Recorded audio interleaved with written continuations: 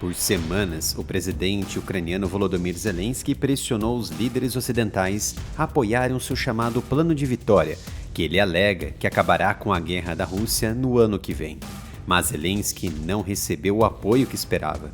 Nenhum país concordou em permitir que a Ucrânia disparasse mísseis ocidentais de longo alcance contra alvos militares bem no interior da Rússia. Nem nenhuma grande potência endossou publicamente convidar a Ucrânia para a OTAN enquanto a guerra está acontecendo. Por essas medidas, a viagem de lobby de Zelensky pelos Estados Unidos e toda a Europa nas últimas 6 semanas pode ser vista como um fracasso. E quem fala isso são os próprios apoiadores da Ucrânia, inclusive analistas do New York Times. Parece que Zelensky fez de tudo para puxar as armas do Ocidente e mostrar aos ucranianos que ele fez de tudo o que podia. Além disso, prepará-los para a possibilidade de que a Ucrânia possa ter que fazer um acordo finalmente. Com o declínio do apoio ocidental e com mãos atadas, perdas na frente oriental e na região de Kursk, na Rússia, e uma iminente eleição nos Estados Unidos, que pode significar uma política diferente em relação à Ucrânia, Zelensky pode ter poucas opções a partir de agora. O presidente ucraniano está usando a chegada das tropas norte-coreanas para lutar ao lado dos russos em Kursk, confirmada pelo chefe da OTAN na segunda-feira, para tentar construir algum impulso para o seu plano. Em uma entrevista com repórteres na semana passada, Zelensky disse que não havia um plano B evidente se o Ocidente não apoiasse seu plano. Mesmo pressionado, Zelensky reiterou que ainda era contra ceder território, mas também falou sobre medidas diplomáticas para resolver questões como proteger a infraestrutura de energia e estabelecer um corredor de transporte seguro da Ucrânia no Mar Negro. Autoridades dos Estados Unidos expressaram privadamente alguma irritação com o plano de vitória de Zelensky, chamando de irrealista e dependente quase inteiramente de ajuda ocidental, já que poderia colocar em risco a distância dos Estados Unidos fisicamente do conflito.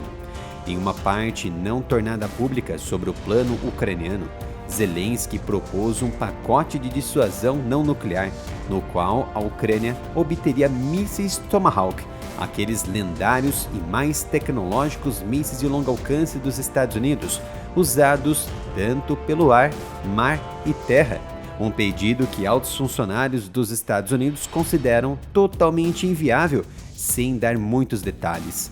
Um Tomahawk tem um alcance de 2.400 km, mais de 7 vezes o alcance dos sistemas imensos de longo alcance chamados ATACMS, que a Ucrânia obteve este ano, que atinge alvos a 300 km. E os Estados Unidos enviaram apenas um número limitado deles. A outra questão, não basta pedir, tem que saber a finalidade. A Ucrânia também não apresentou um caso convincente a Washington sobre como usaria as armas de longo alcance, e os ucranianos ficaram muito irritados com o vazamento do pedido de Tomahawk feito pelos americanos.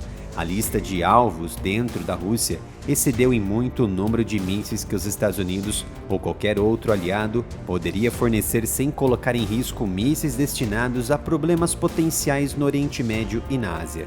Autoridades americanas familiarizadas com as negociações disseram que Zelensky ficou surpreso pelo fato do presidente Biden não conceder permissão para usar os mísseis de longo alcance dos Estados Unidos para atacar profundamente a Rússia, quando se encontrar em Washington em setembro deste ano.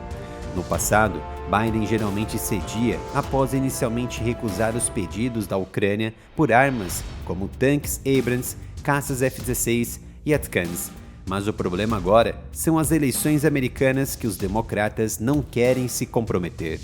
O Tomahawk é um míssil de cruzeiro subsônico de alcance intermediário que é lançado de navios e submarinos da Marinha Americana.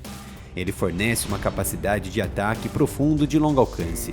O Tomahawk pode transportar cargas convencionais ou nucleares, embora decisões políticas tenham eliminado gradualmente seu papel nuclear, inclusive acordos feitos com os soviéticos que reduziram o número de mísseis de longo alcance lançados por terra.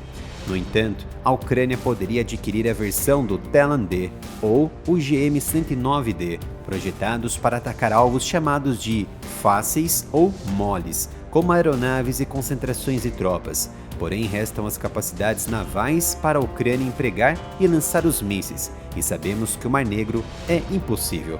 Hipoteticamente, a Ucrânia poderia também receber os mísseis da versão a ser empregada pelo novo lançador do exército americano, chamado de Typhoon. Seria perfeito para os Estados Unidos testarem a nova arma em todos os cenários possíveis da guerra na Ucrânia, mas colocariam os americanos em confronto direto com a Rússia.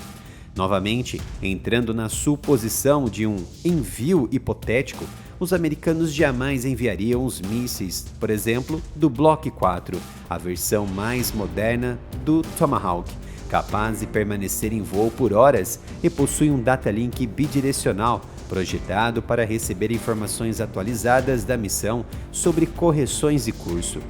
Entendemos os motivos pelas autoridades americanas chamar o pedido de Zelensky de irrealista, dadas as configurações impecáveis e a história de sucesso do Tomahawk. Além disso, todo o aparato necessário para conduzir, manipular e lançar um equipamento como esse. Além do mais, os Estados Unidos não liberaram os mísseis de longo alcance mais acessíveis, como os Atacams e Storm Shadow, e jamais liberariam os formidáveis Tomahawks. Venham conhecer o meu novo canal dedicado a assuntos de geopolítica e defesa, o Analytics. Visite o canal, se inscreva, me dê um apoio, ative as notificações para não perder nenhum conteúdo.